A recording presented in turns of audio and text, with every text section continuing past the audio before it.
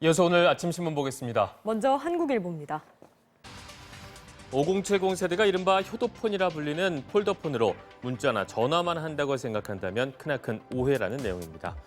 정보통신정책연구원 조사 결과 2013년 19%에 그쳤던 60대 스마트폰 보유율은 지난해 80.3%로 4배 넘게 늘었고, 한 시장 조사 업체가 조사한 지난 4월 1인당 한 달 평균 세대별 유튜브 이용 시간에서는 50대 이상이 30대, 40대보다도 더 길었다고 합니다.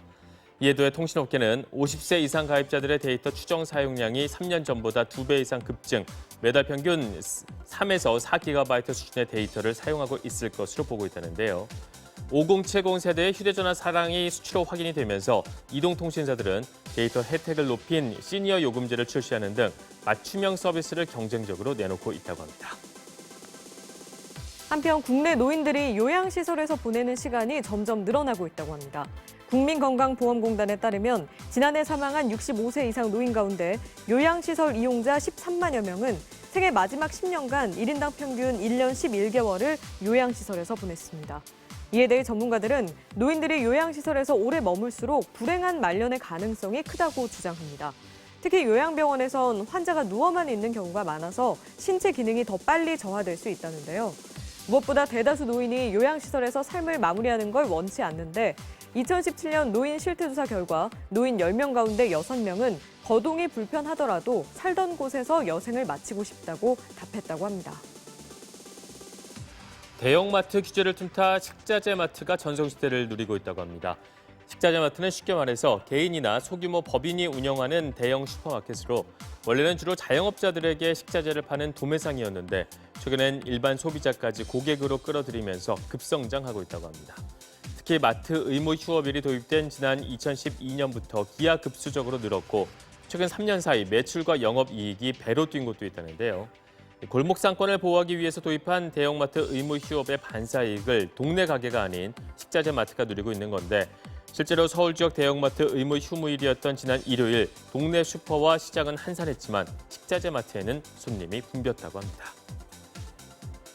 한일 갈등 이후 중국을 찾는 국내 여행객이 늘면서 최근 위안화 위패 피해 사례가 잇따르고 있다고 합니다.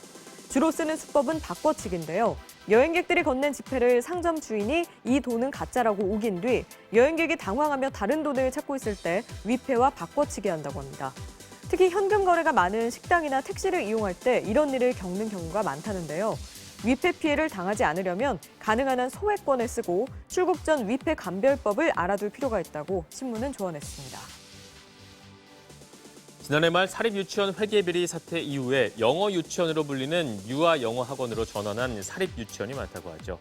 실제로 최근 2년 사이 전국에 있는 영어 유치원이 20% 가까이 늘어났다는데요.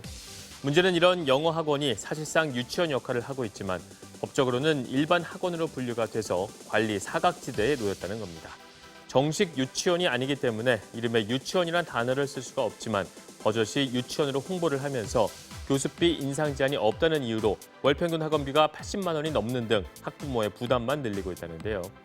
교사의 자격 기준도 문제인데 유치원 정교사, 보육교사 자격증이 없어도 일반 학원과 같이 전문대 졸업 또는 4년제 대학 3학년 이상 학생이면 누구나 교사가 될 수 있다고 합니다.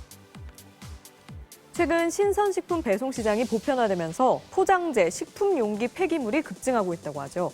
실제로 한 신선식품 배송업체의 지난해 재무제표를 살펴봤더니 회사 직원의 급여는 74억 원이었던 반면 포장비 관련 지출은 177억 원이었다고 합니다.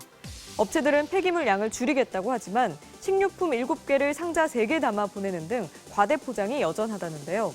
새우 한 봉지가 담긴 아이스박스 안엔 3개의 드라이아이스 보냉팩이 들어있고 두께가 일반 상자의 2배인 냉장식품용 종이박스엔 고추 한 묶음과 양송이버섯, 그릭 요구르트, 콩나물과 함께 에어캡과 보냉팩이 가득 차 있었다고 합니다. 그동안 미국에서의 매운맛 소스는 스리라차가 대표 주자였다는데요. 그런데 최근 매운맛이 대중화되고 건강식에 대한 관심이 높아지면서 고추장을 찾는 사람들이 늘고 있다고 합니다. 지난해 구글이 발표한 미국 내 푸드 카테고리 검색어 순위에서 톱 10에 이름을 올렸을 정도라는데요.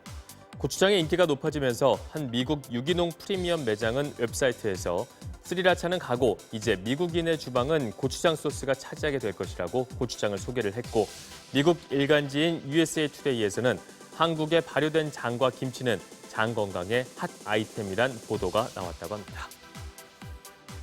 일본의 경제 보복 조치로 엄중해진 사회 분위기 속에 경기 동부권 시군 의장협의회 소속의 일부 의장들이 외유성 해외 출장을 다녀왔다는 내용입니다. 신문에 따르면 이번 출장은 8.15 광복절을 앞두고 한일 독립운동가의 발자취를 찾아서라는 취지로 기획됐지만 출장 계획서를 꼼수 일정으로 채우고 이마저도 제대로 수행하지 않았습니다. 하루에 볼 수 있는 방문 코스를 이틀로 나눠 일정을 세운 뒤 현지에서 일정을 바꿔 시간을 벌었고 그 남은 시간을 관광으로 채웠다는데요.